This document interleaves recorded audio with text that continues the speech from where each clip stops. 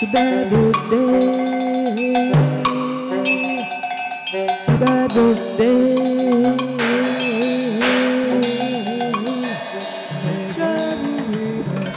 moi bo día a todas e a todos, benvidos a unha nova edición, e xa van 6 consecutivas do ciclo de Cultura Contemporánea Nexos.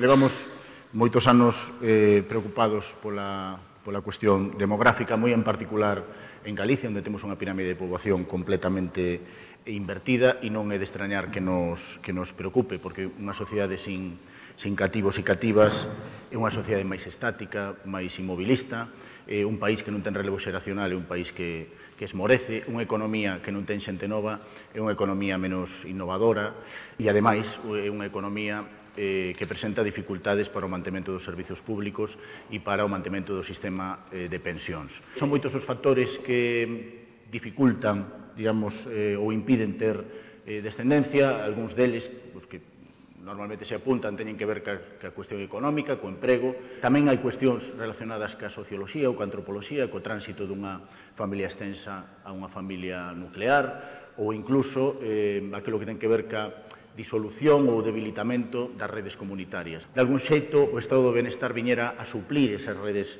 de cuidados, pero a actual crise económica, cos recortes nos servizos públicos, tamén, de algún modo, o que fixo é descubrir a nosa vulnerabilidade, en tanto que individuos que cada vez temos unha menor rede ou un menor colchón social que nos poidan parar.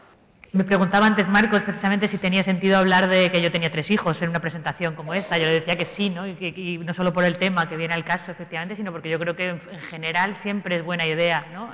Sacar a la luz o poner encima de la mesa todo lo que muchas veces se ha restringido a eso de la vida privada, la vida personal. Digamos, hay una parte buena en todo esto y es que nadie pone en duda ya que vivimos en una situación en la que hay una crisis evidente de cuidados. Cada vez la tasa de actividad femenina es más alta, hay menos abuelos disponibles en buen estado, digamos, y cada vez las familias son menos extensas, cada vez hay el modelo de hogar en el que conviven más de 2 generaciones es prácticamente inexistente ya en nuestro país, ¿no? El diagnóstico es el siguiente, ¿no? El reparto desigual de las tareas domésticas y de las tareas de cuidado dentro del hogar es la principal causa tanto de la baja participación de las mujeres en el empleo como de todas las desigualdades que se encuentran las mujeres dentro del mundo del empleo. Hay que darle una vuelta al planteamiento del que parten las propuestas estándar, ¿no? El problema ya no es la menor participación de las mujeres en el empleo, sino la excesiva participación de los hombres en el empleo, ¿no? O sea, la solución no será que la vida de las mujeres se parezca cada vez más a la vida tradicionalmente masculina, sino al contrario. O sea, legislar de forma que cualquier trabajador pudiera, de hecho, compatibilizar su jornada con el cuidado. Y probablemente en el campo de la educación también habría muchísimo por hacer, ¿no? Teniendo en cuenta que ya no tenemos esas familias extensas del pasado en las que la gente aprendía a cuidar al tiempo que era cuidado, ¿no? Pues yo creo que es en el colegio, ¿no? Donde quizás se podría conseguir reproducir un poco este ámbito, ¿no? Y que niños, niñas mayores cuidaran de niños, niñas pequeños, que aprendieran, ¿no? Porque realmente llegar a adultos sin haber cuidado de nadie es muy mal punto de partida, ¿no? Para montar una sociedad de individuos libres y más o menos felices. Agora vas espertar na respiración 7.200.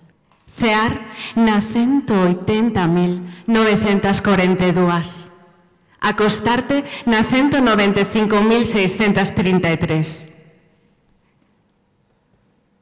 Traballar 8 horas.